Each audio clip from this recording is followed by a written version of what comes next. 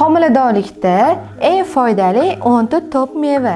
Avokado o'zida folviy kislotasi va sog'lom yog'lar bo'lganligi uchun bolani miyasi va asab tizimini yaxshi mustahkamlaydi hamda onada rastashkalar bo'lishini oldini oladi. Anor Anor qon ko'paytiruvchi hamda qon suyultiruvchi meva hisoblanib, uning natijasida qon aylanishi yaxshilanadi, immunitet mustahkamlanadi hamda bolani gipoksiyasini oldini oladi. Banan Tarkibda kaliy va magniy bo'lganligi uchun oyoq tomirlari tortishini, ya'ni sudurgilarni kamaytiradi, ko'ngil aynishini bosadi va uyquni yaxshilaydi. Olma Vitrinadagi eng oddiy lekin eng foydali meva hisoblanadi hamda bolada nafas yo'llari kasalliklarini oldini oladi. o'rik yoki turshak.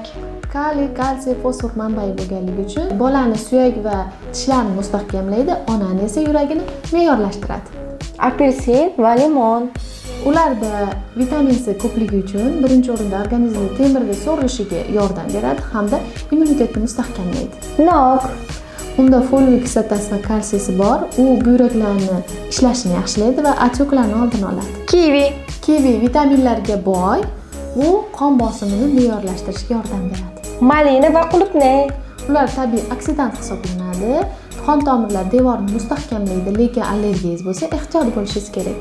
Mango Unda A va C vitamini bor, odatda bolani ko'rish qobiliyatini yaxshilaydi. Ushbu videoni sog'lom bo'lishini xohlaydigan homilador yaqiningizga jo'natib qo'ying.